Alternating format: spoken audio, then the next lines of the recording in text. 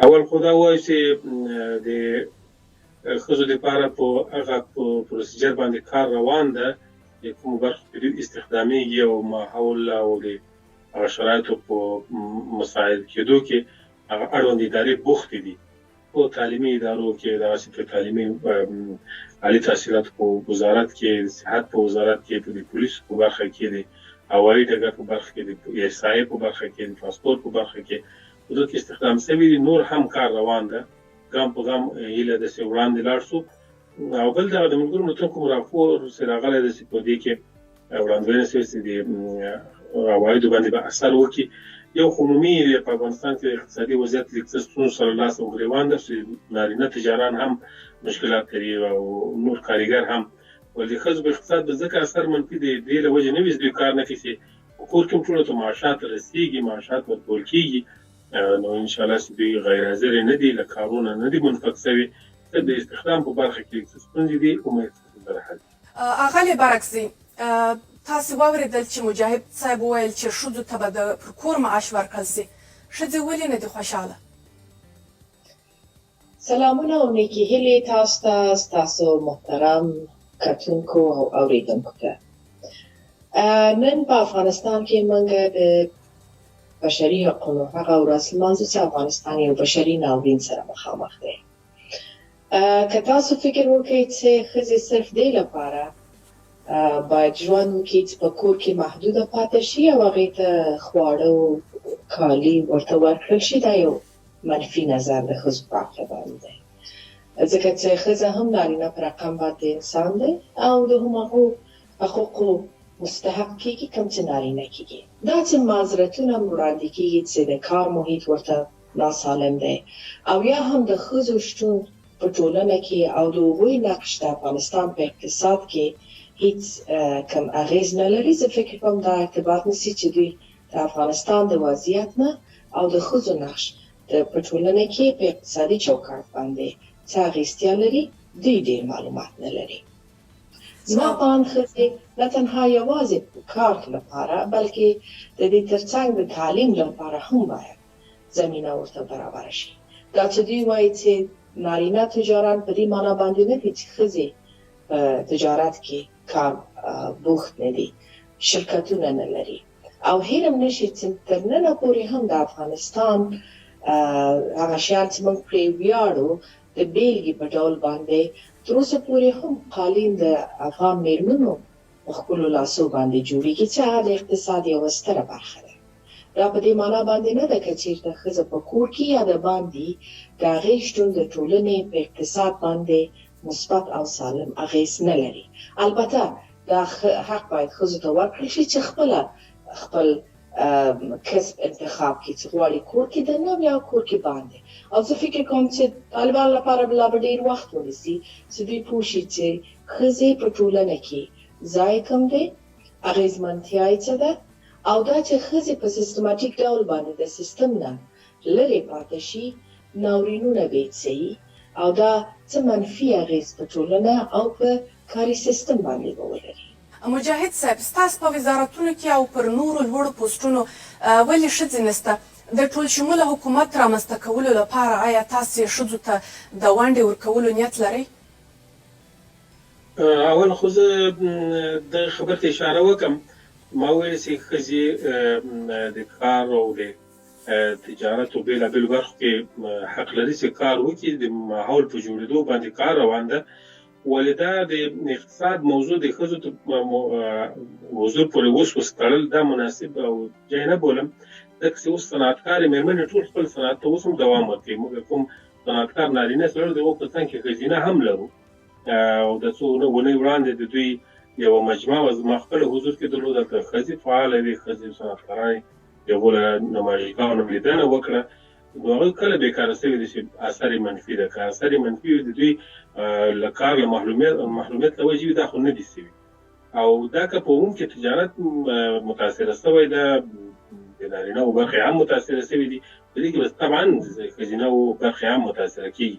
ما وویل چې د ښځو د کار دپاره، د ښځو د فعالیت دپاره به زمینه مساعدې موږ انکار نه ده کړی، ولې د شرایطو فراهم کېدل ورته اړین دي. په اسلامي هېواد کې ژوند کوو ښځې نه ټول التزام لري هغه قوانینو کې چې شریعت او اسلام مخترع کړي. او بله موضوع داسې په حکومتي اعلانه کې به د ښځو حضور ته هم کار وشي، داسې په کوم پوسټ تر کومه ځایه تر کومه حدوده پورې زه وړاندوینه نه شم کولی، ولې موږ له دې نه انکار نه کوو چې په ټولو اړینو برخو کې به ښځې فعالیت لري او کار به کوي، خو د هغو شرایطو سره سم چې اسلامي شریعت دی. اغلې بارکزي تاسو واورېدل چې مجاهد صاحب وویل چې د ښځو د کار لپاره ماحول سم نه دی. آیا تاسو فکر کوئ چې په افغانستان کې د ښځو لپاره ماحول سم نه و یا نه دی؟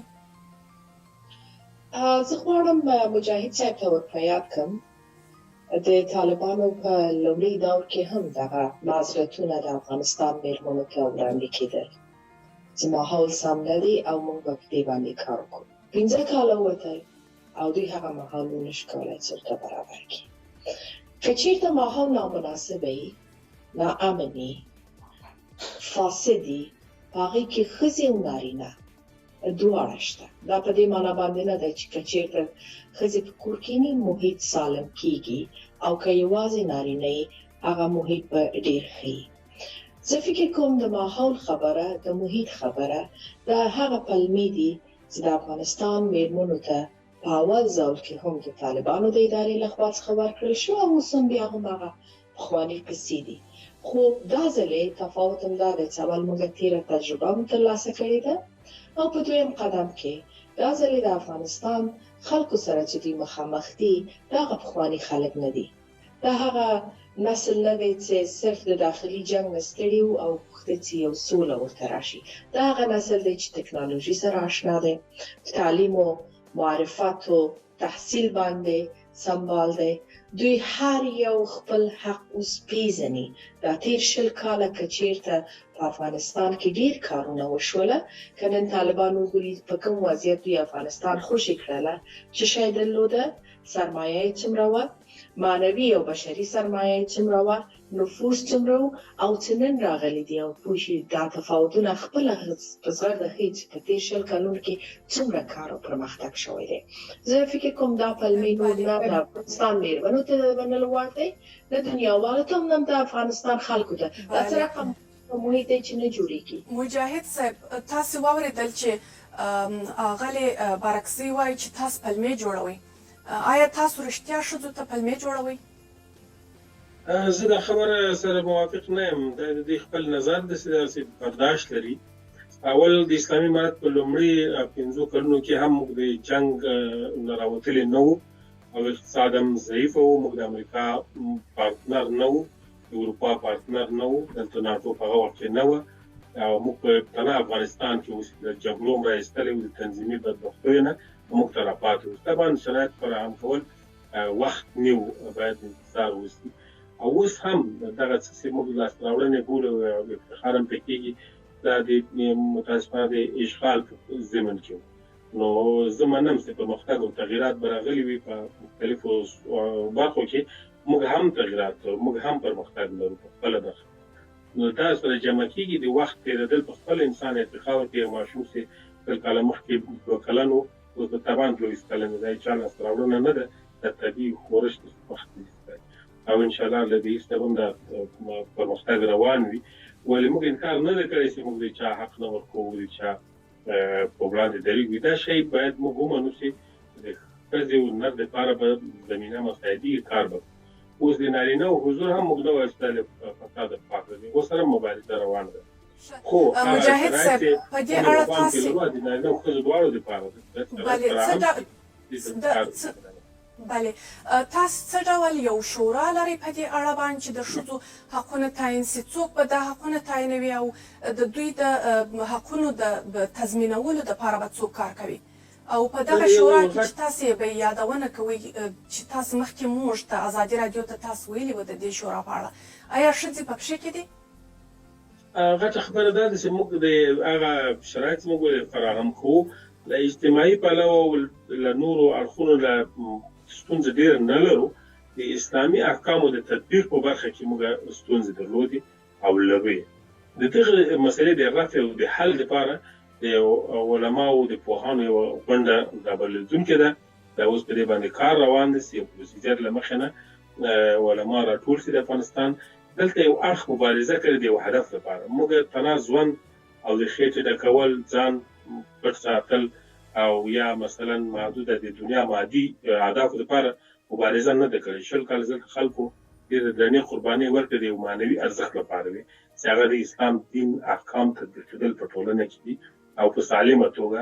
د دې لپاره چې دغه تطبیق څرنګه منځته راځي د علماو یوه شورا راغوښتل کېږي له هغو به دا برخې چې موږ کوم نه یو توانېدلي چې هغه عملي کړو د ښځو برخه ده په دغه شورا کې به مختلفه د بانکونو برخه ده د بانکونو برخه ده. زه راستم هغه موضوع ته دغه موضوعات ټول سره جمع شوي چې دلته موږ ستونزه کې لرو له شرعي اړخه مشکل سره مخ یو. حکومت وظیفه لري چې د علما راټول کړي د دیني پلوه دا ستونزه متحل لار خلاصه شي. موږ نشو کولی چې مخکنیو نظامونو غوندې که دینار څه وایي دی موږ خپل سره عمل وکړو. موږ یو معنوي ارزښت لپاره مبارزه کړې ساته ځواکونه لرو هغوی ټول ځان قربان کړی د یو هدف لپاره د پیسو لپاره د مادي شیانو لپاره نه و. اوس هغوی غوښتنه لري چې باید د اسلام تطبیق شي لپاره موږ قرباني وکړو.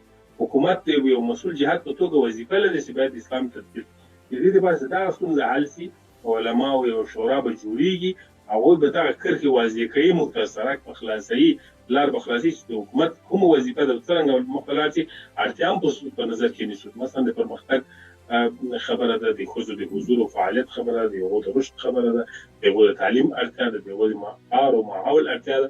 د دې لپاره سالمې لار د هغه موږ ته مشخصه کړي چې حکومت اوسې کولی په هغو کې آزاد تګ وکړي او تر تا د افغان د اعتراض هم لاندې نه شي خپل ځواکونه چې موږ قرباني وکړي هغوی هم پوه شي چې موږ هدف دغه شی و او دنیا ته یو داسې نمونه وړاندې کړو چې ډېره سالمه. آیا په دغه شورا کې به ښځې وي که نه؟ دا مسله د دیني پلوه بحث لاندې نیول کېږي. امکان لري د ښځینه او هغو ښځې په شریعت کې تخصص لري د هغو نه هم نظرونه وغوښتل شي راټول شي. ولې دغه موضوع تر ډېره پورې د افغانستان علما دیني پوهان دي د دیني اړخه موږ ته ستونزې حل کړي چې کوم د یو لیست په توګه باندې به دوی ته مخته کېښودل کېږي دغه ستونزې باید دیني حل لاره را پیدا کړي. تخنیکي حل لاره یا نور اجتماعي حل لاره د هغوی لپاره نور متخصصین لرو نور ادارې لرو هغوی به یو ډول راولي یو سیستم به جوړ کړي خو د دیني اړخه حل کول د دیني علماو کار ده. په دې شورا کې به علما وي خو ښځې به نه وي ولې که کومه برخه د ښځینه پوهانو د شریعت کې معلومات لري اړول د هغو نه مشورې راټولېدل. بارکزي صاحب تاسو واورېدل مجاهد صاحب وویل چې د ښځو شتون به د شریعت لحاظه وي په هره برخه کې. دین تر ټولو مهمه خبره ده خو متاسفانه یوه ډله په دې فکر او نظر باندې دی چې د هغو په راتګ سره خلک مسلمانان شوي دي یا حتی په دنیا کې دوی غواړي چې اسلام خپور کړي حالانکه چې دوی د اسلام په نامه باندې یو هغه داغ دی چې متاسفانه د مسلمانانو په مخ باندې وهل شوی لګول شوی. زه غواړم څو مشخص پوښتنې یا مسایل مطرح کړم. اول آیا افغانستان او د افغانستان خلک یوازینی اسلامي نظام او خلک په دې نړۍ کې چې تر 1 میلیارډ ډېر مسلمانان دي شته دی په دې نړۍ کې که نه؟ دویم آیا پاکستان چې د یو ښځې لخوا څخه اداره کېدل اسلامي ملک او که نه؟ ځکه همدغه مسلمانان چې نن راغلي افغانان موږ مسلمان کوي او دا دوی په دې باندې دي چې یعنې د دوی پلرونه او نیکونه چې په افغانستان کې ژوند کوي مسلمانان نه وو د یو اسلامي نظام تر چتر لاندې نه وو ځکه هغوی مبارزه ونه کړله ځکه هغوی د وخت او د زمان د رژیمونو سره جنګ ونه کړ یعنې دا په دې تېر 40 کلونو کې افغانستان مسلمانۍ ته رابلل شوی دوی بلنلیک ځان سره راوستی دی مګر دوی په هماغه کور کې ژوند کاوه همالته یې ساه ایسته همالته دوی لوی سو چې یوه ښځه هغه کور اداره کوله چې هغه بېنظیر بوټو وه. د دې تر څنګ آیا نور اسلامي ملکونه نشته؟ تاسو مهرباني وکړئ شاهي نظام وګورئ عربستان سعودي اماراتي نظام وګورئ چې دوی ډېر لیوالتیا ورته لري امارات متحده عرب. ورشئ جمهوري نظامونه وګورئ مصر چې د مصر په الازهر کې د اسلام تر ټولو ډېر پوهان هلته شته. تاسو ورشئ هغه نظامونه وګورئ او بیا راشئ ووایاست چې په افغانستان کې دغه شی برخلاف د اسلام.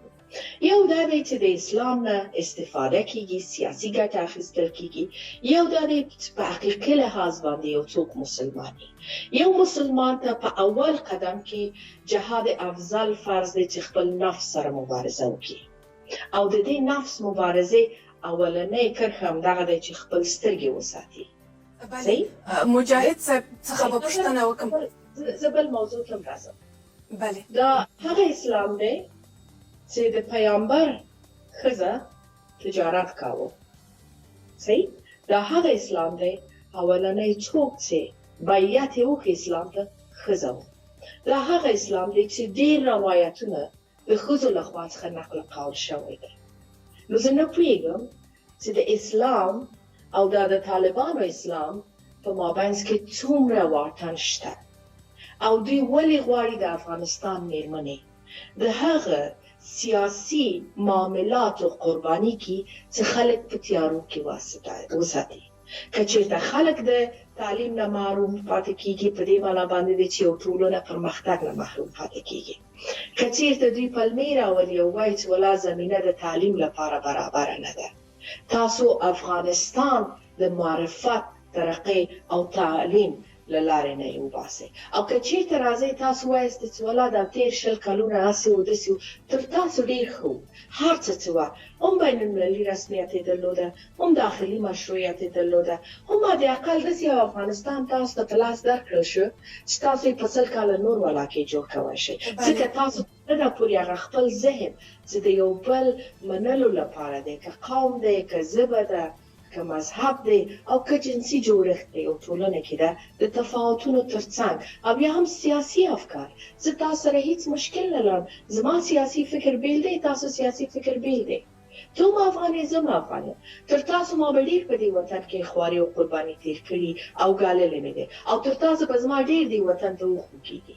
مګر خبره همدا ده چې موږ راځو پلمې په مابینځ کې جوړو، او دغه پلمې متاسفانه د افغانستان د تاریخ او د افغانستان د خلکو نه غچ اخیستل دی، هغه هم د نورو په لمس سره. مجاهد صاحب تاسې خبرې واورېدلې، د نورو هیوادونو سره د افغانستان پرتله برکزی صاحب وکړه.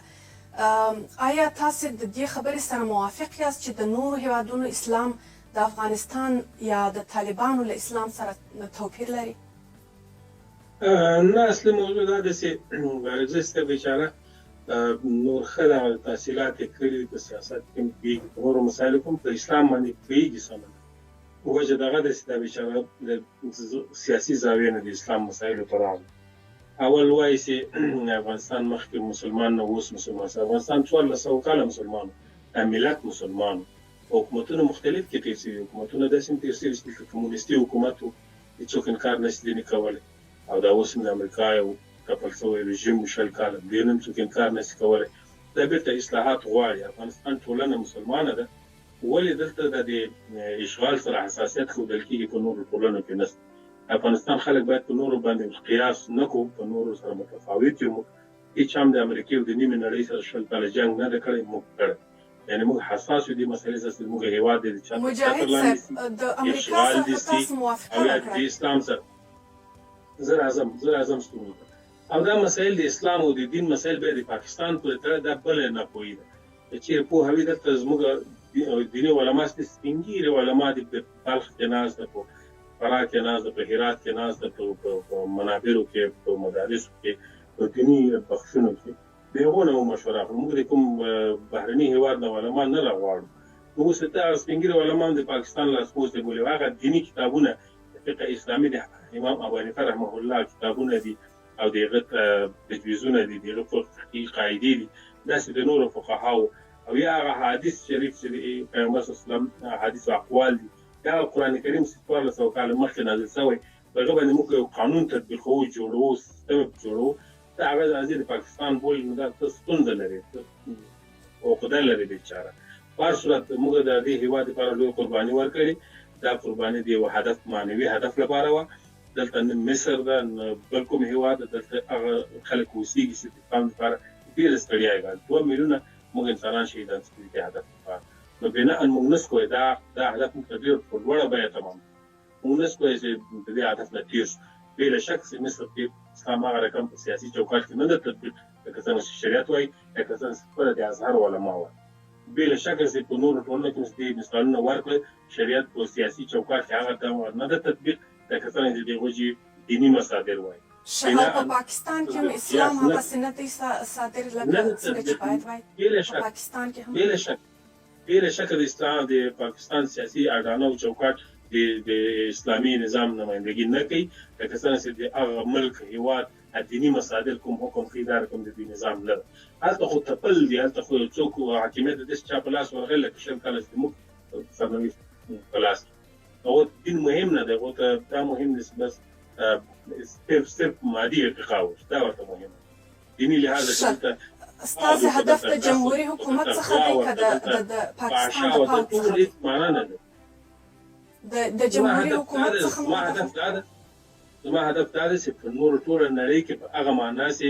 اسلام سره کوم وایي هغه نظام نشته موږ هېڅ سمپل نه لرو چې اسلامي نظام تشریح کې موږ توقیف هغه د ټول فواید کامل مثل چې کوم حکومت د اخوان المسلمین لپاره څو کاله مخکې جوړ شو دا اوسنی سیاسي سره هغه د په زور باندې بیرته کودتا پرې وکړه هغه یې وکړ په نورو هېوادونو کې هم دا ستونزې شته افغانستان د څوک قیاس کوي نه په نورو هېوادونو باندې اول د پاکستان د موږ مسله او قضیه تړل دا بالکل عقلمندانه ده دا باید هر څوک پوه شي د افغانستان خلک خپل اختیار لري خپله یې مبارزه کړې وي د خپلو اهدافو لپاره نه د چا دپاره اجنډا لرو نه هدف البته موږ غواړو د دې هېواد مؤمنه ښځه وي هغسې ښځه وي چې لکه څنګه د اسلام په سطحه کې بیتیانې تېرې شي لکه څنګه چې صحابیات یې تېر شي دغسې روایات دي اغلې مثالونه ورکړي ډېر روایتونه اسلام کوي موږ وایو هغسې تجارت دلته واوسېږي لکه حضرت بیبي خدیجه رضی الله عنها موږ ورسره موافق هېڅ ستونزه نه لرو ولې زه د هغه چا سره ستونزه لرم چې هغه غربي فکر لري هغه امریکایي فکر تطبیقول غواړي اروپایي فکر تطبیقول غواړي د هغه دپاره یې کار کړی شل کاله د هغو تر څنګ ځغاسته او د هغو د هدف لپاره ځان ستړی کړی او اوس افتخار هم پکې هېڅ افتخار نه ده او هېڅ لاسته راوړنه نه ده هغسې ستاسې کړي هېواد هم برباد کړی و فساد نهادي نه و قصب نهادي نه و فحشا نهادي نه و چې اوس موږ په پاکولو ستړي دا یو څو ودانۍ جوړول چې تجارانو خپل مټ کړي دا یې تاسې لاسته راوړنې نه دي دا هېواد ته څومره کورونه یې بمبار شوي دي څومره خلک یې تر بمونو لاندې مړه شول تاسې خوشحاله ژوند کوو په پارلمان کې ناست په چوکۍ ناست او خوشحاله ژوند یې ملاده بانکونه چور کړه غلا وکړه کابل بانک ته سقوط وکړه نور مسایل دي ویې خپل تاریخچه دي خلکو نه لږسې پټول غواړي بناء موږ د دې هېواد مالکین یو دا هېواد په هغه طریقه جوړو لکه څنګه چې اسلامي شریعت وایي بارکزی صاحب تاسې د افغانستان په پارلمان کې یوه غړې واست آیا دا دغسې هېواد و چې فحشا پکښې کې عامه وه متاسفانه هر څوک د خپل علاقې وړ مورد په افغانستان کې ویني زه فکر کوم فحشا څومره چې په پاکستان کې وه په افغانستان کې نه وه او نه کېدی شي ځکه زموږ ټولنه فاحشه ټولنه نه وه نه ده او نه به وشي یو دویم زه بیا خو بله مجاهد صاحب وایي چې دوی د پاکستان استازي نه دي زه تعجب کوم چې دوی وایي دوی د پاکستان استازی نه دي زه تعجب کوم چې دوی وایي دوی د امریکا سره جنګ کړی زه تعجب کوم چې دوی وایي چې دوی سیاسي اسلام نه کوي صحیح زه راځم که چېرته مجاهد صاحب آماده یې زه ورته وایم اول خو دوی ما په خبره باندې پوه نه شوله ځکه چې ما په واضح ټکو باندې وویل چې افغانستان داسې نه دی چې 40 کاله مخکې مسلمان شوی ښه ما هدف دا و چې یعنې تاسو او د تاسو نه مخکې چې کوم مجاهدین او هغې نه مخکې چې خلک راغلله او د اسلام په نوم باندې خلک ووژل موږ ولیدل چې مجاهدین د اسلام په نامه باندې څه وکړل هغه بلډینګونه چې تاسو یادوئ د هغې داسې مخکنی باداران دي او نن موږ وینو چې د اسلام په نامه باندې څه کېږي دا تېر 20 کاله صحیح یو ځای به د امریکا اشغال و که نه و تاسو هم هغه اشغال ته مو مشروعیت ورکړ تاسو چېرته ورسره وجنګېدلاستئ تاسو سلا ده کومه وه تاسو پیسې ده کومه وې تاسو په کوم خلک باندې مو لږ ظلم وکړ زما نه هېرېږي چې تاسو د خلکو نه د یو سپیر په صفت باندې استفاده وکړله او دا تاسو واسطه چې خلک مو وجنګول څومره انتحاري حملو باندې تاسو خلک ووژل آیا کله مو دا فکر کړی چې تاسو به هم خدای ته تګ لرئ او جواب ورکوئ بارکزی صاحب دوی وایي چې تاسو غربي مفکورې ته کار کړی دی په افغانستان کې هر هغه څوک چې د افغانستان پرمختګ لپاره کار کوي د اقل تیر 100 کاله وښودله چې دوی وایي غربي مفکوره ده. د تعلیم مفکوره دوی ته غربي مفکوره ښکارېږي. د اصلاحاتو مفکوره دوی ته غربي مفکوره ښکارېږي. د قانون د تطبیق مفکوره دوی ته غربي مفکوره ښکاره کیږي. د انسان حقوق ته درناوی دوی ته غربي مفکوره ښکاره کیږي، ځکه دوی ځان سره کومه مفکوره د ژوند کولو طریقه نه لري او نه پوهیږي.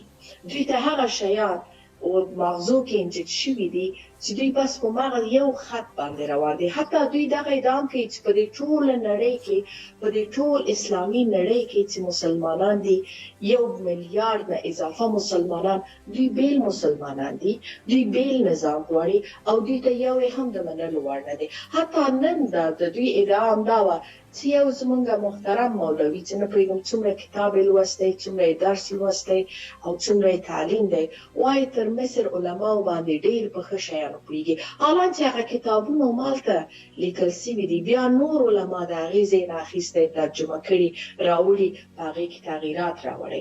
په هر صورت زه هغه شیان نه وایم. هر څوک د خپل حد، توان، فکر، تعلیم، تحصیل او تجربې په چوکاټ کې غږیږي. زما خبره څه ده؟ زما خبره دا ده که چیرته اسلام نه سیاسي ګټه نه کیږي، آیا اسلامي امارات همدغه دی څه نن دی؟ په اسلامي نظام کې هیڅوک حق نه لري چې ښځه په عام سړک باندې وهي، مګر هره ورځ د ښځې وهل ټکول شته. په اسلامي نظام کې هیڅوک حق نه لري چې د یو چا سر ورپرې کړي، مګر دا کار همه ورځ جریان لري. په اسلامي امارات کې اولنی کس خلکو ته باید مسئول جوابګوی امیر دی. تر ننه پورې د دوی امیر نه دی راغلی، تر ننه پورې هیڅ هغه عمل نه دی شوی چې موږ وایو چې والله دغه اسلامي عمل دی. دوی فکر کوي چې ښځه مونږ کور کې واچوو دغه بس اسلامي عمل دی. چیرته دی د دوی خپل میرمنې؟ چیرته دی د دوی خپل لورګانې؟ دا یو شی ځان لپاره غواړي، یو شی خلکو لپاره غواړي. ځان لپاره مونږ ولیدل، ستاسو مو ولیدل، تاسو نه مخکې مو ولیدل، تاسو باداران مو ولیدل چې ځان لپاره شی غوښته، مګر لپاره هیڅ شی نه غوښته. مخصوصا کله چې بحث د تعلیم او تحصیل راشي، فرض دی تعلیم. بله د تعلیم خبره سوه، فرض نه په انکار کوئ. مننه. د مجاهد صاحب څه به پوښتنه وکړو د تعلیم په برخه کې. مجاهد صاحب د تعلیم خبره سوه، تاسو ویلي چې د نجونو ثانوي زده کړو ته زمینه نه ده برابره، دا په څه معنا ده دا خبره؟ بلې اول خو دا باید ووایم چې بیا هم دا ستونزه ده چې دا هغه په دین باندې سمه نه پوهېږي، هر څه د خپل عقل په دایره کې سنجي او فکر کوي دا وایي دا سمه خبره ده. اصلي دیني روایات او دیني لارښوونې هغه څه نه دي چې دا وایي. هغوی موږ دین نه له پاکستان پورې تړلی، نه د پاکستان الهام اخیستی. موږ دین افغانستان زه هم وایم چې سلګونه کاله دلته اسلام تېر شوی، خو نظام جوړول جلا مسله د خلکو مسلماني جلا ده. خلک بېله شکه مسلمان دي، په ټول نړۍ کې لمونځ کوي، حج کوي، روزي نیسي، نور عبادات کوي، شرعي تکالیف په ځای کوي، ولې نظامونه ستونزې لري، ټول نظامونه ستونزې لري، هېڅوک باید انکار ونه کړي. بله موضوع دا ده چې موږ ټول اعمال الحمدلله اسلامي دي. اول چې راوړو چې یو غټه قتله وبښل، هغه جنایتکاران چې 20 کاله د اشغال سره درېدلي وو، خپل ملک یې ورانه، خپل خلک یې وژل، ټول معاف کړه. دا اسلامي عمل نه و. دا اوس یو امن جوړ شوی، اطمینان جوړ شوی، دا اوس اسلامي عمل نه ده. د چا سر پرې شوی ده؟ د 24 ساعتو کې ازادي راډیو رسنۍ ده، یا په یوه میاشت کې راوخیست په افغانستان کې د چا سر پرې شوی؟ دا توپ ولې لګېږي؟ دا خدا نه وي که دا خلک د وضعیت منفي ښودل نه کوي، که تبلیغات نه کوي. د بشري حقونو د څار نړیوالې ادارې ویلي دي چې طالبانو په هلمند، غزني او کندهار او همداراز په نورو ولایتونو کې پخواني نظامیان وژلي دي. په دې اړه تاسو څه وایئ؟ یو د بشري حقوقو د څار نهادونه دي او یو دلته افغانان دي چې څه ویني. دا په یو جرم او په یو شخصي جنایت سره څوک جګېږي، وزني یا جنګ تېر شوی، مساله خلک تېر شوي دي، پټۍ تېرې شوي، عقدې تېرې شوي، او هغه هم پیګیري کېږي، نیول کېږي، بېرته مجازات کېږي، او هم شمېره د 10 نه ده پورته. که دې نه یو غټه قضیه جوړېږي، یو نهاد راپور پرې خپروي، نو موږ راس په خپله ټولنه کې باید دا شی عملي وګورو. دا راپور چې په اروپا کې خپور شوی، خو د دغسې هغولو له خولې نقل قول شوی لکه دا اوس ما سره مخاطبه ده. آیا تاسې فکر کوئ چې پرته له محاکمې او د یو چا د جرم ثابتېدو پرته یو انسان ته سزا ورکول د هغه وهل ډبول او شکنجه یې څه ډول تاسې ګڼئ؟ دا څوک نشي کولی، منع ده، دا اوس منع ده، د شکنجه منع ده، وهل منع دي. که چېرې چا کړي وي هم موږ یې مخه نیسو او یو جرم به وسي، یو څوک به جګ سي، یو څوک به ووایي، وایي هغه حساب یې کېږي، محاسبه ورسره کېږي، محاکم وجود لري. هېڅوک هم په دې عام ډول باندې څوک نه ویل کېږي د کابل ښار کې زه ګرځم، هېڅ د بېګانو کومه ښځه چا وهلې ده نه تور داسې لګېږي، دا اتهام داسې پورې کېږي. بلې، تر اوسه پورې څومره کسان محاکمه سوي دي او په دې برخه کې کومه محکمه کار کوي؟ عالي محکمه چې ده د ستره محکمه هغه خپل کار شروع کړی ده او نورې محاکمې هم په کابل کې او په ولایاتو کې په کار بوختې دي. هغه خلک چې دا تېره 2 اونۍ کې موږ 1200 بندیان د زندانونو نه خلاص نه وکړو، ځکه د هغوی جرمونه ډېر خفیف جرمونه وو چې نیول شوي 1-2 میاشتې تحقیقات یې ثابت شوي دي، هغوی موږ پرېښود. کم تعداد موږ لرو چې اوس هم تعداد ټول هېواد په سطحه کېدای شي تر 3000 پورې زندانیان لرو، هغوی هم ټول دوسیې تر کار لاندې دي، تر څېړنې لاندې دي او یو یې هم بېانصافي سره نه ده مخ شوی نه مخ کېږي. البته په دې مورد باندې لا هم به کار لا ډېر سي او یا قوي سي، محاکم باید لا پیاوړي سي. دې نه انکار نه کوو، هر څه ابتدایي دي، ولې زه اطمینان ورکوم چې عدالت دلته بشپړ پلی. تاسو د بشري حقونو د څار په برخه کې کومه اداره لرئ؟ زموږ ټول حکومت د دغه حقوقي ادارې چې د انسان د حقوقو دپاره دفاع کوي او کار کوي. یو هغه سازمانونه دي چې د معاشي توګه باندې راپورونه خپروي، یو دا چې عملاً د چا د حقوقو د تلف کېدو مخه نیسي. هغه زموږ ټول نهادونو ته حکم شوی ده چې د هېڅ انسان سره باید ظلم ونه کړي. که څوک چا باندې تجاوز کوي، که څوک د چا مال خوري، که چا باندې د چا حق نه ورکوي، باید غم یې وخوري. دا تېره اونۍ کې چې موږ حکم صادر کړو د ښځو په مورد باندې چې د هغو حقوق ضایع کېږي، کور په کور د هغو ارث نه ورکول کېږي، هغو ته مهریه نه ورکول کېږي، هغو ته حق د دې نه وي چې خپله تصمیم د خپل ژوند په اړه ونیسي. دا مهم مسایلو فرمان په ورکولو سره دا به انشاءالله تطبیق شي او ټولو عدلي ارګانونو ته ویل شوي چې دا باید تطبیق کړي، چې ودرېږي، د ښځو غږ واوري، د ښځو هغه ستونزې حل کړي او رسیدګي ورته وکړي. غلې بارکزي، له ستاسې به پوښتنه وکړم، ښاغلی مجاهد صاحب وایي چې په افغانستان کې امنیت او همداراز عدالت تامینوي او دې ته کار روان دی. آیا تاسې حاضر یاست چې افغانستان ته بیرته ستنه سئ؟ افغانستان زما کور دی، زما ملک دی، زما هویت دی، زما تاریخ دی. زه د هغې سره تعلق لرم. دا چې زه نن د افغانستان باندې یم او دا زه غواړم تاسو ته واضح ټکو باندې وایم چې زما په ژوند کې اولنی ځل دی چې د خوښې بغیر ما خپل ملک د سیاسي ستونزو له کبله ترک کړی. زه هغه افغان نه وم چې د خارج نه راشم او افغانستان کې کار وکړم. زه هغه افغان وم چې د دوی په دوران کې مې هم کار کوه، البته ځکه چې تعلیم یافته وم او زړه مې په ښځو جنکیانو باندې خوږېده. ما هغه وخت کې هم ما هغه خپل محدودې او چوکاټ په اندازه باندې جنکیانو ته مې درس ورکوه، ځکه چې ما فیزیک او الجبر دې شیانو کې ډېر پیاوړې وم. هغه فاکولته مې لوستې وه. نو مجاهدینو په وخت کې، د کورنۍ جګړو په وخت کې او بیا چې بل سیاسي تحول راغی په افغانستان کې چې دوی اسامه ورنکړل، امریکایان راغی او چې دوی هم راغی په اولو شپو کې، اول هفتو کې زه مالته کابل کې وم. خو متاسفانه وضعیت او فضا دا رقم وه چې حتی یوه ښځه زما سره نه سلا شته، نه کوم وارلارډ یم، نه کوم جنګ سالار یم، نه کوم ټوپک سالار، نه کوم قماندان، نه کوم فاسد انسان او نه هم کوم څه وایي دا خلک چې پروژه اخلي او پروژه ورکوي. مهرباني وکړئ تاسو سره ټول اسناد ستاسو په حکومت کې شته دی، مراجعه وکړئ او راته وښایئ چې دغه بلند منزلی تا دی، دغه کور یې تا دی یا دغه بانک تا لوټ کړی. هر چا سره باید د خپل کړنو په اساس باندې عمل او رویه وشي. لطفاً په ما باندې د نورو کړنو کاپه ما په مخ باندې مه لګوئ. ما خپل ملک خپل خلکو نه 2 ځلې انتخاباتو ته ودرېدم او په 2 ځلو باندې مې رایه ترلاسه کړه چې نه تنظیمي رایه وه، نه قومي رایه وه، نه مذهبي رایه وه. د فکر په اساس باندې او د ارزښتونو پر مبنا باندې ما ته رایه راکړل شوه. نو زه ځان دې ته پړ ګڼم او زه هم اوسه پورې هم فکر کوم چې مغه استازی تو باید وکم د افغانستان د خلکو کله چې مې پخوا کوله. او په هر صورت سره افغانستان د طالبانو یوازینی کور نه دی.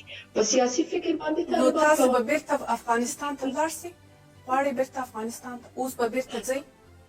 حتما هغه وخت په افغانستان کې مشروع او مسؤل نظام رامنځته شي زه به افغانستان ته ځم. زه د افغانستان نه د باندې د افغانستان د خلکو د تخریب لپاره کار نه کوم.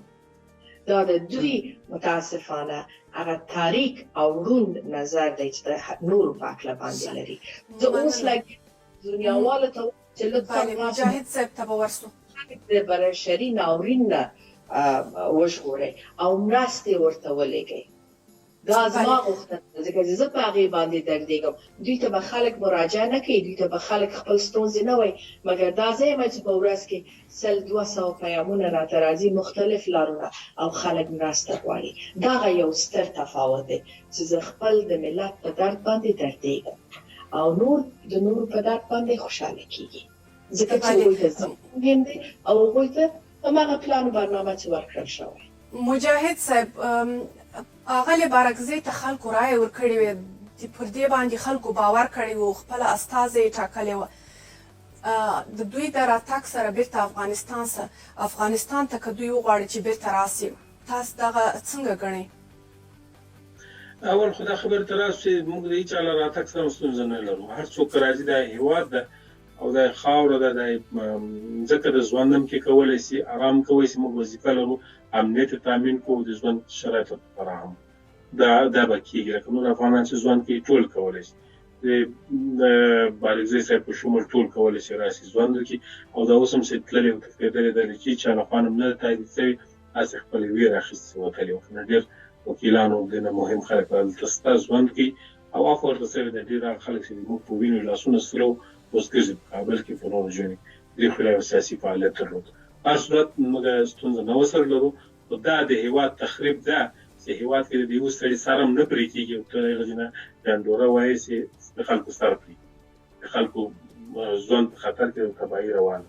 دغه ډنډوره تبلیغات دي، دا پروپاګانده، دا د هېواد بېخکنۍ ده، دا د هېواد لپاره بد نیت لري. که څوک په دغه شعار بیا هم وایي زه خادمه یم، بیا هم وایي زه هېواد ته کار کوم، زه نه شم منلی. دلته یو کس نه ده وژل شوی، ته تشویش چې خلکو سر وویل کړي، چا سر وویل، د نوم واخله، ادرس ووایه، د رسیدګي ورته وکړه. نه نو دا پروپاګاندا باید بند کړي، رسیدګي خپل هېواد ته ژوند. د څار نړیوالې ادارې په دغه اړه راپورونه ورکوي مجاهد صاحب؟ ځوان څار نړیوالې ادارې هغه د اروپایان دي او یا به امریکایان وي، خپلې عقدې هم لري، د معلوماتو خلا هم لري او یا متاسفانه معلومات دغسې چینلونه نه اخلي لکه دوی جناب. ما وویل موږ افغانان یو، دلته اوسېږو، ژوند کوو، راسې له خپلو منابعو نه استفاده وکړو، د خپلو منابعو نه معلومات دقیق کړو. دا د څار نړیوالې ادارې چې کومه خبره کړې دا واقعیت لري. په افغانستان کې رښتیا دومره وضعیت بد ده، رښتیا داسې کوم ادرس پیدا کېږي چې دومره خلک وژل شوي دي په یو 2-3 میاشتو کې 100 نفره چیرې وژل شوي، نوم دې واخلي. البته که یو څوک د چا سره دښمني لري، شخصي بدي لري، دا خو د افغانستان یو ټولنه ده، دلته به بدۍ وي، یو څوک جګي یو څوک به وزني، خو موږ یې نیسو. مجرمین اوس هم راسره دي، مساله خلک داسې خلک یې وژلي دي، نیول شوي دي، محاکمو کې دوسیې روانې دي.